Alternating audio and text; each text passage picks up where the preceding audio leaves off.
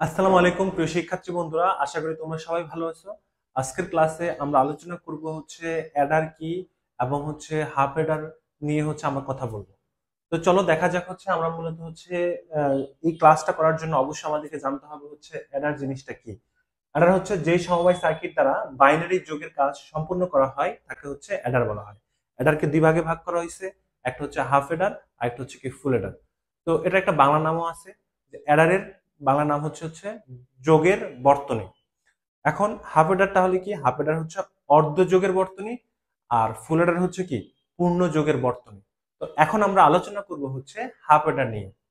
যে সমবায় বর্তনী বাইনারি দুইটি বিট যোগ করে যোগফল ও ক্যারি প্রদর্শন করে তাকে হাফ অ্যাডার বলে।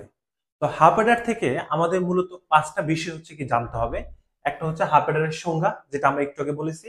এরপরে হাফ অ্যাডার কি ব্লক ডায়াগ্রাম, সত্যক সারণী, ফাংশন বা সমীকরণ, লজিক বর্তনী বা সার্কিট। তো এখন আমরা জানবো ব্লক ডায়াগ্রাম। ব্লক ডায়াগ্রামের ক্ষেত্রে আমাদের হাফ অ্যাডারের ক্ষেত্রে দুইটা ইনপুট আসে। একটা কি সাম, দুইটা ইনপুট, একটা এ আর একটা কি বি। আর আউটপুট যেটা আসে সেটা কি একটা সাম, একটা কি ক্যারি। ঠিক আছে, এটা কি হাফ অ্যাডারের ব্লক ডায়াগ্রাম। সত্যক সারণী, সত্যক সারণীটা এরকম: ইনপুট,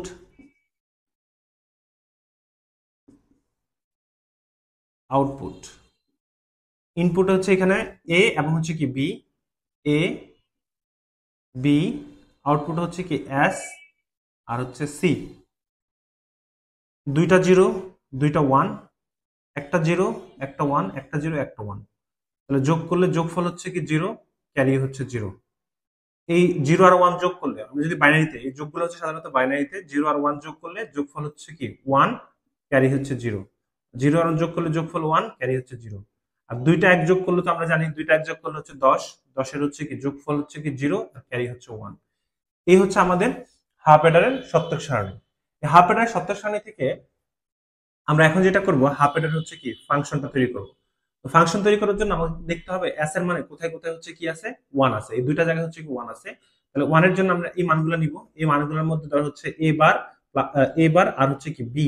কারণ এ এর মানে জিরো আছে, বি এর মানে কোনো জিরো নাই, এই জন্য বি নিলাম। আবার এটার জন্য যদি নিই তাহলে আমাদের এ বি বার। আর এটাকে যদি আমি একটা সূত্র মাধ্যমে লিখি, এ এক্সর কি বি লেখা যায়। আর সি এর জন্য যেটা নিব, সি এর জন্য এখানে ওয়ান আছে, তার মানে কি এখানে দুইটাও কিন্তু ওয়ান আছে। তাহলে এ নিব এবং বি নিব, বার নিব না, কেন? কারণ কোথাও জিরো নাই। এইটা আমাদের হাফ অ্যাডার কি ফাংশন। এই ফাংশন থেকে আমরা এখন যেটা করব সেটা এটা, এই ফাংশন থেকে আমরা যেটা করব সেটা লজিক সার্কিট বা লজিক বর্তনী। তাহলে এস এর জন্য যদি করি তাহলে আমাদের এ এবং কি বি।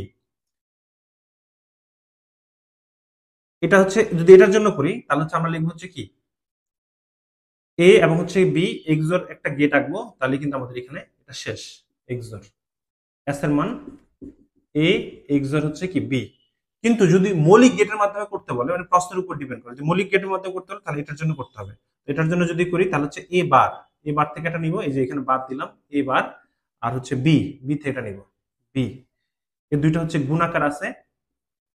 আবার এ বি বার, এই দুইটা কি গুণাকার আছে। এই দুইটা একসাথে হয়ে যাবে কি আবার অর গেটের মধ্যে দিয়ে যাবে।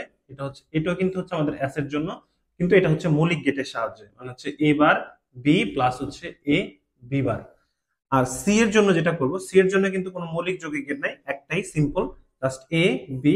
এটা এমনিতেই কি এটা মৌলিক গেটের মাধ্যমে। এটা C equal to A B.